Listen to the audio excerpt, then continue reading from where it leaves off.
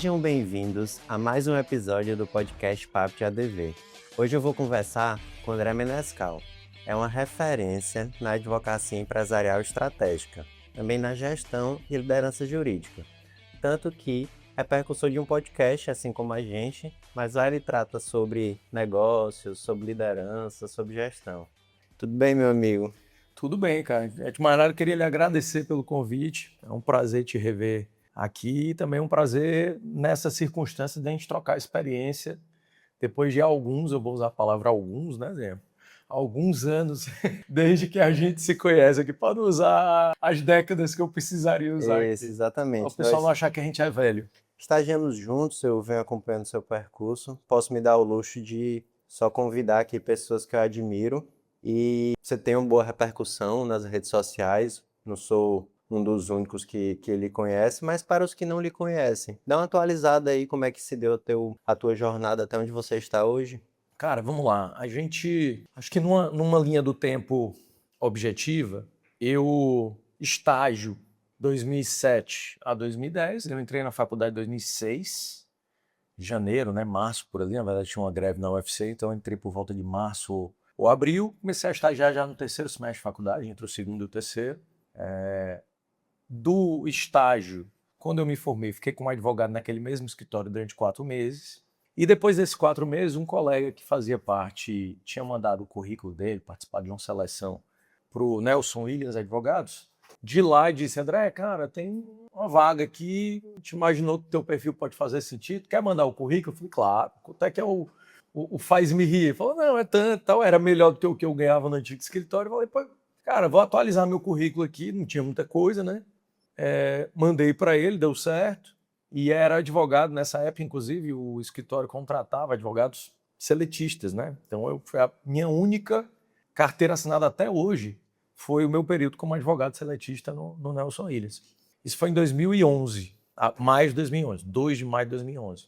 Quando chegou janeiro de 2012, a gestão do escritório, por entender que nas reuniões que eu fazia eu tinha de alguma forma, um desempenho legal, até na forma de gerar negócio a partir dessas reuniões, e eu acho que ali foi a sementinha de quando eu comecei a me tornar um pouco mais vendedor. Disseram assim: André, filial do Maranhão está precisando de uma ajuda. O que é que você acha de você passar um tempo lá? Esse um tempo, a gente estava falando do escritório que tinha 7 pessoas na época no Maranhão. Esse um tempo de uma semana virou 3 meses, que eu ia, voltava. Inclusive eu fazia aquela coisa que quem é jovem vai se identificar, que é quando você fica 15 dias na cidade e volta para casa dos seus pais, uma das coisas que você faz é deixar as roupas sujas acumularem, enche uma mala grande. E quando eu vinha a Fortaleza, lavava tudo na casa dos meus pais, levava a roupa limpa de volta para São Luís. Esses 3 meses, Daniel, quando eles estavam terminando, eu tive a possibilidade de voltar a Fortaleza, hipótese na qual eu ia voltar como advogado júnior, de novo, sentado, cuidando ali um pouco de tudo, era o generalista. Ou eu podia ficar lá no Maranhão e tentar ver florescerem os frutos, né, daquilo que eu comecei a semear quando eu fui para lá, em janeiro de 2012. Aí eu falei: não, eu prefiro ficar por aqui. O escritório me deu um mínimo bastante razoável de estrutura, tinha um apartamento alugado, mandou um carro lá para mim, eu não tinha carro, né? Então, na realidade, tive uma estrutura bacana para ficar por lá. São Luís é um centro agradável. Então, fui para lá. Lá fiquei 2012, 13, 14, 15, 16, 17, 18. Quando chegou em 2019, e eu, né, a essa época do campeonato, a essa altura do campeonato, já era sócio e diretor da unidade do Maranhão. Isso aconteceu em 2013, quando eu estava ali pelos meus 25 anos. O Nelson chamou e disse: André, mais do que ter aqui uma gestão local da filial, acho que você poderia ser nosso sócio à frente dos negócios da filial e gerir a filial como um todo. Falei: tô dentro, não sei nem quanto é, mas tô dentro. Fiz isso até 2018. E quando foi em 2018, o sócio que cuidava do Ceará saiu. E aí foi quando o Nelson também, na época, junto com o vice-presidente do escritório na época, ele disse: André, faria sentido de repente você assumir também o Ceará, considerando que o Ceará você vai ter uma curva de aprendizado menor para exercer a mesma coisa que você está exercendo numa terra, abre aspas, estranha, que é o Maranhão? Eu falei: faz total. E aí passei a cuidar de Maranhão e de Ceará a partir de 2019. E aí fiquei 19, 20... pandemia, 21, 22, 23, sócio-diretor de ambas as unidades, Ceará e Maranhão. A essa altura do campeonato, nós fizemos as unidades do Ceará e do Maranhão se tornarem, enquanto regional, a maior e principal regional fora do eixo sudeste do escritório, né? Diria que eixo até centro-oeste, porque Campo Grande lá tem uma estrutura grande. Então, nós já tínhamos, em 24, mais de 100 pessoas nessas duas unidades, um faturamento já bastante razoável também. E aí foi quando eu decidi que deveria e seria o momento de sair dessa estrutura que levava um outro nome. Sentei com o Nelson, expliquei para ele o que é que me motivava a olhar para um outro horizonte, a abrir um escritório. Falei, cara, acho que é hora de ter o meu. Daqui para frente, eu me lembro de ter usado essa expressão. Eu falei, daqui para frente, da forma como o escritório se vê e como quer gerir, e da forma como eu me vejo e quero gerir, daqui para frente eu acho que eu mais atrapalho que ajudo. Até aqui eu ajudei. Daqui para frente eu acho que eu vou atrapalhar mais. Porque eu sou chato. De repente eu estou com vontade demais e a estrutura está indo para um outro caminho de gestão. O que é super normal, porque hoje eu vejo isso acontecer na minha estrutura também, ainda que precocemente. E aí, em novembro de 24, nasce o André Menescal Advogados. Parte do time que estava comigo como coordenadores, eu convidei como sócios. Iniciamos o escritório com cerca de 40 pessoas e hoje estamos com 1 ano e 8 meses de escritório. O escritório é recente, mas quem olha as nossas redes sociais, a estrutura, fica sem entender como é que 1 ano e 8 meses tem o tamanho que tem. Mas, na realidade, é que a gente não nasceu do zero. Todos esses sócios e essa estrutura que a gente tem são um pouco também uma bagagem adquirida, tanto de pessoas, relacionamento, experiência e clientes, de estruturas anteriores que a gente integrava. E aí eu me refiro a mim, como sócio fundador e sócio patrimonial do escritório, mas também aos sócios que lideram lá as verticais técnicas da gente. Então hoje sou fundador e CEO do Menescal Advogados, tenho o COO, que é o Luiz Carlos, foi executivo jurídico de uma grande companhia por mais de 15 anos, na verdade passou ao todo lá 18 anos, e tem outros 12 sócios, esses sócios executivos, que lideram verticais dentro do escritório. Então, você tem um que cuida de tributário, um que cuida de ciberestratégia e por aí vai. E assim vamos tocando o nosso barco, Daniel. É porque é difícil numa resposta rápida, contar a trajetória de 2006 a 26, mas você viu que eu fui bom de resumo. Rapaz, incrível, porque eu estava olhando para o tempo para entender como é que você tinha conseguido concatenar tanta história em tão pouco tempo. Você realmente conseguiu ser muito eficiente no resumo e isso me faria estar tranquilo para partir para as próximas perguntas, mas me surgiu uma curiosidade. A sua capacidade de resumo ela foi tão boa que ela tirou alguns momentos muito importantes na sua carreira e que eu me desperta muita admiração e curiosidade. Primeiro porque você se mudou, você saiu da sua zona de conforto, do estado que você era residente, estava sendo reconhecido no escritório que estava para uma outra cidade. Isso aí já é um ponto de inflexão. E após colher resultados extremamente positivos desse momento, você também teve a coragem de estabelecer um outro momento, saindo dessa estrutura vitorioso, para iniciar a sua história. Eu queria entender contigo o que foi que te motivou, tanto o primeiro passo como esse segundo. Não que tenham sido só 2 passos, né? Foram inúmeros, mas esses aí, até onde eu fiquei sabendo agora, foram marcantes. Eu diria, Daniel, que o ponto de inflexão mudar para o Maranhão, ele talvez não tenha sido, para mim, tão desafiador, porque a gente que tem, como você tem, um espírito ali de inquietude, essa possibilidade de você pegar uma página em branco, ela é sempre animadora, né? Eu às vezes fico me perguntando se hoje eu tivesse, por exemplo, que mudar de profissão, né? Se de repente eu decidisse ser engenheiro, nem tenho as habilidades para isso, mas digamos que decidisse ser engenheiro, e que tivesse que pensar como é que eu me diferenciaria como engenheiro, que eu exerceria. Cara, a perspectiva deste pensamento me anima, só pela ideia da página em branco. E assim seria se eu pensasse em ser agrônomo, arquiteto, engenheiro de pesca, não interessa a profissão, médico. Então, eu acho que quem tem essa inquietude, quem gosta da incerteza, eu diria que eu aprecio a incerteza. Eu sou um fã da incerteza. A incerteza ela me anima, ela me move mais do que a certeza. A certeza me acomoda e a incerteza me anima.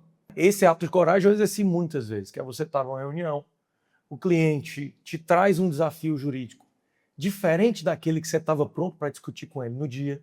e você ter a firmeza de dizer, deixa isso comigo, eu vou resolver. É uma coragem calcada na responsabilidade de voltar para dentro do escritório e dizer, eu vou resolver. Ou eu vou contratar quem resolve, ou eu vou aprender a resolver isso, mas eu vou resolver. Então, este sim foi um hábito que eu aprendi a ter enquanto estava lá. E durante esse período teve ano bom, teve ano ruim, teve mês bom, mês ruim. Teve equipe que eu contratei sem achar que tinha muito potencial e se tornaram pessoas que me surpreenderam positivamente.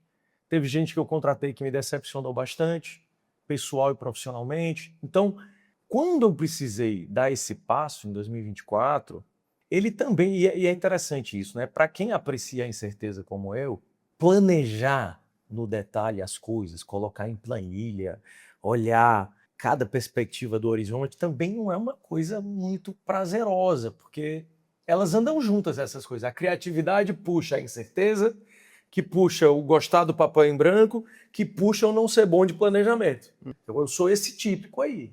Coerente. Eu estou coerente com o meu Sim. perfil, né? Digamos assim. E quando eu precisei planejar a abertura do escritório, essa abertura do escritório ela aconteceu com planejamento. Desta vez, sim. E aí eu vou te dizer por que eu planejei exaustivamente a abertura do escritório. Porque eu sabia que tinha muita gente ali que iria comigo. Quando eu disse, vou abrir meu escritório, essa é a minha intenção, as pessoas disseram, bicho, onde tu for, eu vou contigo, não sei o que é que você está imaginando, mas me leva. Na hora que eu vi isso se repetir entre 1, 2, 3, 4, 10, 20 pessoas, eu disse, opa, André, eu já tinha filha, já era casado, naturalmente, há muitos anos, tal, mas uma coisa é eu dar minha porta na casa para dentro. Eu dou meus passos maiores que a perna, Deus vai me dando o chão, a gente vai correndo um pouquinho também, vai dando certo. Quando tem algumas famílias ali vinculadas também, você fala, não, agora eu vou ter que planejar, porque é o meu ato de responsabilidade e compromisso com essas pessoas que estão acreditando. E aí foi quando eu sentei e planejei. Então foi sim, em parte, um ato de coragem, quando visto de fora. Visto de dentro, visto sob a minha perspectiva, Daniel, muito mais um ato de planejamento e de risco calculado. Graças a Deus, foi mais oportunidade do que risco, foram mais resultados positivos até o momento do que riscos concretizados e tem dado certo. Mas, e eu digo sempre isso, é um mantra que a gente usa no escritório. Eu fui gestor de escritório durante mais de 10 anos antes de abrir o nosso. Eu admito que a gente cometa novos erros todos os dias. Eu só não admito que a gente cometa os mesmos erros que a gente já cometeu ou já viu serem cometidos em outra estrutura. É burrice. A cometer novos erros para o nosso próprio playbook de erros, super aceitável, está dentro do aprendizado, desde que não cause grandes prejuízos. Então, o nosso mantra é cometer novos erros. Nunca erros antigos, nunca repetir erros dos outros, né? Então, é um pouco isso. Perfeito, faz parte do crescimento, né? É isso. Você construiu a sua carreira em um grande escritório e hoje já possui um grande escritório. Só que quando eu conheci o André, ainda muito novo, ele estava construindo uma inteligência técnica. Inclusive, se eu me recordo bem, você era da área estratégica. Exatamente. Quando é que você percebeu que precisaria ter uma capacidade de negócios mais apurada do que a de direito? Essa pergunta é espetacular, Daniel. Ela comportaria um episódio sozinho para ela, mas eu vou, como fiz no começo, exercer meu poder de síntese nessa resposta. O ambiente me formou muito. O ambiente do qual eu fiz parte, ele tinha nos sócios diretores figuras geradoras de negócio. Então, aquele André que você conheceu em 2008, 2009, cujo prazer, cuja maior entrega, cujo maior diferencial era sentar à frente de um computador e escrever uma peça muito bem fundamentada, achar a doutrina certa, colocar livro do lado da mesa, achar a jurisprudência certa, concatenar, fechar com um pedido bem colocado. E melhor que isso, ver aquilo se refletir em resultado no processo, no direito do cliente. Aquele André, ele foi perdendo espaço e protagonismo e dando espaço a um André que precisava chegar numa reunião de sócios e o número e os resultados que estavam na tela eram números financeiros. Então eu chegava lá e dizia, mas minha peça é muito boa, mas eu entendo de direito processual, eu conheci Michele Tarufo, eu li a coleção de comentários ao CPC do Ponce de Miranda. A relevância disso para a minha linha final na reunião de sócios era nenhuma. E eu demorei muito a entender isso. E durante o tempo em que eu não entendi isso, eu sofri muito também. Até o dia que eu entendi. No dia que eu entendi, eu fui me preparar. Contratei coach, me preparei psicologicamente para isso. Isso foi objeto de análise. Porque é como eu digo, é uma desidentificação. Uhum. Eu precisei me desidentificar do advogado que senta e faz o técnico e trazer isso para visão de negócio. Agora, uma coisa é certa, viu, Daniel? E acho que essa pergunta é duplamente interessante porque é preciso que o advogado que nos assiste, o advogado jovem, o advogado que está nessa visão técnica e percebe que só ser técnico não gera negócio, é muito importante entender que essa bagagem que está sendo construída, esse ato que você pratica, a audiência que você faz, a sustentação oral que você realiza, a petição bonita que você escreve, um direito de um cliente bem representado, isso não se apaga.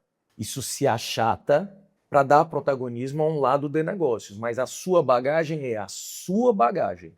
E de alguma forma ela vai ecoar na sua forma de fazer negócio. Então, se o Daniel é um cara de pessoas, a maneira como ele vai fazer negócios sempre vai ser uma maneira mais humana, mais de pessoas. Se o André é um cara de número, de cálculo, de matemática, a melhor maneira do André de fazer negócio, e a maneira que mais vai ser marcante, é a de como ele vai conseguir tangibilizar em resultados financeiros ou práticos aquilo que ele puxa de negócio para o escritório dele. Assim vai para o colega que tem uma visão mais processual. Então, no fim do dia, há dentro de cada advogado um ser de negócios. E aquele ser de negócios ele vai ser diferente se for o Daniel, se for o André, se for o João. E aí é a beleza do negócio.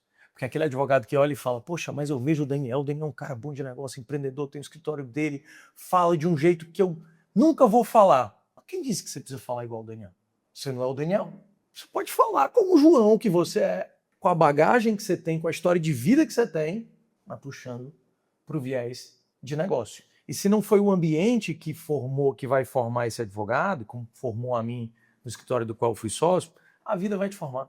As empresas, os escritórios que estão ao nosso redor vão nos formar. Eu me considero um privilegiado porque muito cedo eu fui obrigado a pensar na mentalidade de negócio. E depois que você entra nesse viés, você não volta mais a achar que ser técnico te leva até o final. Não leva até o final, leva até uma parte. Então essa pergunta é muito boa. Como eu te disse, ela gera quase uma filosofia, mas eu consegui, de novo, colocar mais ou menos dentro do tempo. André, você é um empresário, mas também é um advogado que assessora negócios. E eu tenho segurança que muitos dos problemas que eles são apresentados para serem resolvidos são frutos de decisões estratégicas. Como perceber e ajudar empresas com assessoria jurídica para a estratégia do seu negócio? Daniel, a resposta para essa pergunta é idêntica àquela de como se faz uma boa audiência de instrução. Fazendo boas perguntas. A gente tem a mania de não fazer pergunta. Então o cliente te manda um contrato de locação e fala, revisa aí. Aí a gente recebe e começa a fazer o quê? Revisar. Eu não perguntei qual é o contexto em que esse contrato está sendo firmado. Eu não perguntei se tem algum ponto para o cliente que mereça um pouco mais de atenção. Eu não perguntei se cabe a nós revisar só uma parte e tem uma parte que está meio que combinada entre eles. Eu não perguntei se tem acordos verbais entre eles que tem que estar cristalizados nesse documento. Eu não perguntei nada. Qualquer revisão que eu faça à frente do meu computador, sem conversar com o cliente sobre qual é o contexto daquele contrato, e aqui eu dou o exemplo de um contrato simples, que é o contrato de locação. Pode ser uma compra e venda do emprego, pode ser uma importação e exportação, pode ser um contrato de societário de caráter mais complexo. Então, a resposta para a pergunta de como que você detecta se tem ali uma decisão de negócio e qual é essa decisão de negócio, fazendo uma boa pergunta. Me explica de onde veio esse contrato, explica sobre a sua empresa, me fala sobre o seu negócio. E aí não existe maneira de você enganar o cliente ou de alguma maneira simular curiosidade. A curiosidade, para ela funcionar, ela precisa ser genuína.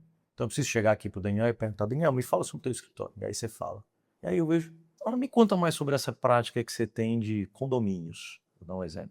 Vem cá, você não encontra esse tipo de dificuldade? Sim.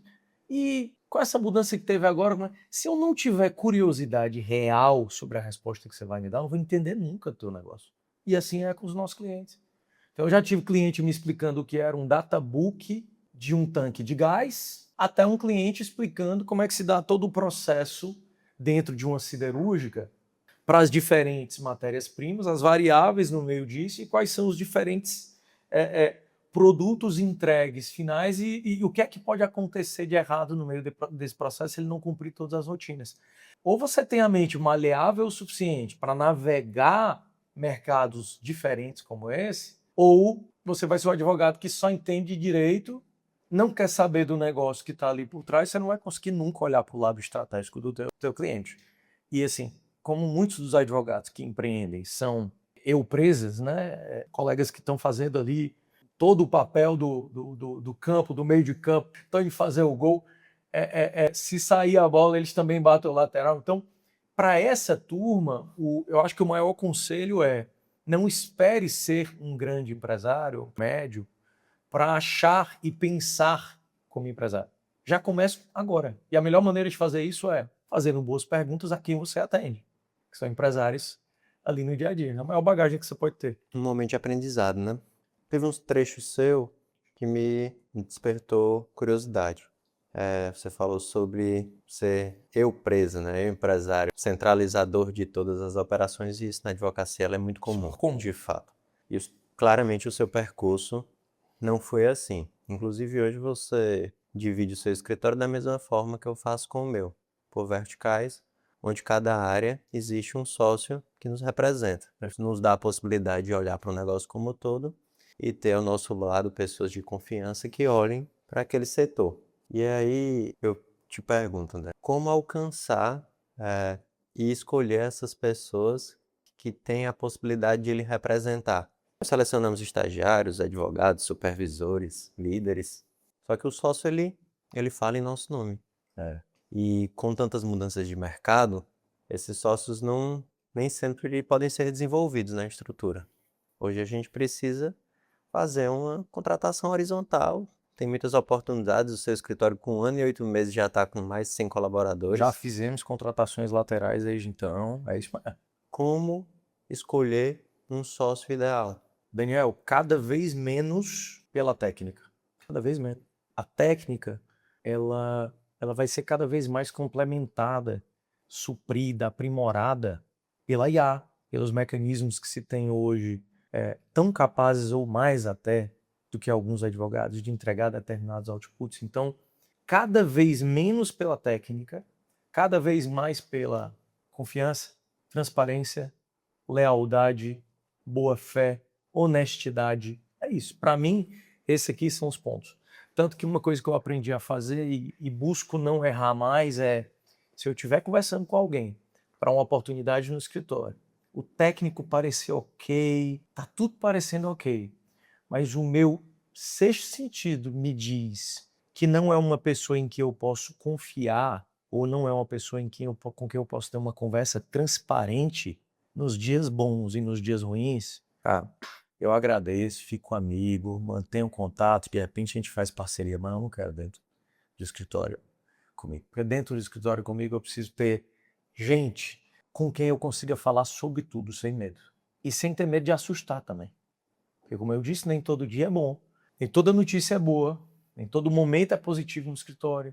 Então, primeiro é isso, tem que ser gente resiliente como nós. Não precisa ser igual, tá? Porque eu acho que também esse é um erro. A gente passa por um monte a gente engrossa a nossa casca do nosso jeito para estar onde estamos hoje e há um momento em que a gente vive uma ilusão, eu diria até que uma ilusão quase sádica, de que todo mundo tem que passar pelos mesmos sofrimentos que nós passamos. Rapaz, esse estagiário aí, isso é uma vida muito boa. Isso nunca procurou um trecho dentro de um vade-mecum na mão. Nunca procurou jurisprudência numa revista dos tribunais. Beleza. O cara está vivendo uma outra era, não tem porquê mesmo ele precisar fazer isso. Às vezes ele vive outro sacrifício que a gente não sabe. Em casa, no trajeto para o trabalho, às vezes ele tem uma dificuldade a mais que a gente não teve no nosso período. Então, cada um engrossa a sua casca do jeito que lhe cabe. Agora, na escolha de sócios, lateralmente, ou na promoção a sócios, resiliência, honestidade, boa fé, capacidade de estar junto no período bom e no período ruim, possibilidade de ter conversa e diálogo transparente, para mim é isso. Não interessa de onde vem. O resto tem dessa base aí e a capacidade, obviamente, eterna e infinita de aprender. Ponto. Se tiver isso daí, O resto você corre atrás, você muda de área, muda de vertical, pega um cara bom que era bom de societário e fala assim, não quer cuidar agora numa vertical aqui de direito concorrencial? Daniel, se ele for bom, honesto, transparente, capaz de aprender, eu acredito que em 1 ano, 2 anos, esse cara vai ser uma bela de uma referência em direito concorrencial. Você já deve ter vivido isso no teu escritório. Também. Então é isso, um pouco Eu acredito também. Penso de forma muito parecida, André. E passando nesse cenário de confiança interna para despertar isso no mercado, né? Os clientes mais qualificados, maiores, a relevância e a autoridade que você tem e a confiança que você passa. Como o André faz para despertar a confiança dos clientes? Daniel, eu diria que primeiro buscando me conectar com eles num nível estratégico. Em que sentido? Se eu leio uma notícia no Valor Econômico que parece ter pertinência com o negócio de um determinado cliente meu, às vezes é comentar sobre isso, conectando mesmo de verdade com alguma coisa que eu sei que pode estar na cabeça dele diante daquela notícia. Às vezes é mostrar durante a assunção de um caso novo, durante a absorção de um caso novo, que a gente não faz simplesmente o que está sendo pedido, mas que a gente busca fazer as perguntas certas para fazer despertar nele respostas que ele nem sabia que ele tinha. Então, para mim, eu acho que a autoridade, confiança se constrói muito daí. A rede social ela entra como um complemento importante também, porque hoje é muito complicado você estar na nossa atividade e você ser invisível em rede social. Eu tenho muita dificuldade de acreditar que na cadeira que eu estou hoje, na cadeira que você está hoje, se a gente poderia se dar o luxo, pelo menos para crescer do tanto que a gente quer crescer, de ser invisível. Eu tenho um escritório, eu quero continuar crescendo, eu quero crescer 100% de um ano para o outro, mas o meu Instagram é o meu Instagram, eu não tenho Instagram profissional e só aceito quem eu quero. Tá bom, meu amigo, tudo bem. Então, se você conseguir, me ensine. Desconfio. Né? Então, eu acredito que a autoridade é muito aqui, ó, olho no olho, confiança, dia a dia, os casos que você assume, as conversas que você tem, e não tem jeito, meu amigo. É uma profissão que se constrói no juro composto. Também é no tempo. Também é aquele cara que te contratou lá no comecinho, e aí a empresa dele cresce, ele te contrata de novo 10 anos depois. Vocês nem se falaram muito nesses 10 anos, mas quando ele já volta sabendo que você é um cara em que ele pode confiar. Então a autoridade na advocacia também, ela é um prato que se come gelado. E se você esperar que vai ser um pratinho quentinho ali na sua frente, você vai se frustrar, como a gente vem vendo aí muita gente se frustrar ao esperar esse resultado rápido. Não, tudo muda, IA muda, tecnologia muda, mas a advocacia continua sendo uma profissão de juros compostos. Eu concordo e é com essa resposta que eu vou convidar a gente para o encerramento, mas eu espero de você que nesse fechamento você deixe um recado para o jovem advogado que quer construir uma profissão de sucesso. Tem toda essa ansiedade que hoje é inerente à virtualização, a esse conteúdo produzido 7 dígitos em 7, e exponencial, e escalar o seu escritório de advocacia. Quero que vocês comuniquem com esse jovem sobre qual seria o percurso que você percorreria se estivesse começando agora. Bom, apesar de ter uma ideia do que a gente conversaria, eu confesso que eu nunca tenho uma resposta pronta para essa pergunta, apesar de já ter respondido algumas vezes, Daniel. Então, dependendo da minha fase da vida, eu vou responder ela de um jeito ou de outro. No dia de hoje, a forma como eu responderia essa pergunta a maior dica que eu daria para um advogado jovem hoje é que ele acredite e aposte nas relações interpessoais com aqueles que têm o perfil de serem ali os seus clientes. Que ele aposte em interagir, que ele aposte em ter presença, que ele aposte em marcar um almoço, em visitar a empresa para conhecer uma atividade. Ou seja, que ele não fique de fora desse movimento e dessa revolução da IA, das ferramentas e do mecanismo. Estar de fora não é uma opção, mas que ele não ache que a advocacia é isto. Porque a advocacia é parte isto e parte olho no olho, tá junto, entender o negócio do colega, entender o negócio do cliente. Se ele rapidamente entender essa segunda parte, e vamos pensar junto aqui, o quanto que um cliente hoje, um empresário, espera de um advogado de 22, 23 anos, que ligue para ele, Daniel, e diga assim, seu João, já que a gente está engajando numa relação agora, eu queria muito uns 5 minutinhos do seu tempo, uns 10 minutos, Porque esse negócio de planificação, para mim, ainda é uma coisa muito nova. Eu só conheço padaria de comprar pão. Eu queria ir para saber como é que é uma padaria como empresa. Porque eu acho que isso vai ajudar a gente a se relacionar melhor. Daniel, acabou, pode ter 20 anos, 22, 23. Se eu sou o seu João e eu escuto um discurso desse, eu falo, esse cara é um cara diferenciado. Então, não esperar que as ferramentas tecnológicas, as redes sociais, as mídias, solucionem tudo, porque elas não vão solucionar. Existe um espaço gigantesco, estratosférico, brutal, aqui desse outro lado, nas relações interpessoais, que quem despertar para exercer isso cedo na profissão, o técnico vai crescer em paralelo, a carteira de clientes vai crescer em paralelo, o crescimento como empresário vai crescer em paralelo, porque isso aqui vai puxar, e puxa mesmo.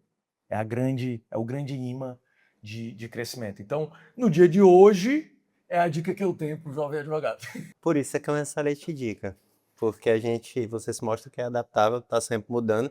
Então, para hoje, é o que nós conseguimos entregar. Muito obrigado. Obrigado, cara. Obrigado pelo convite mais uma vez.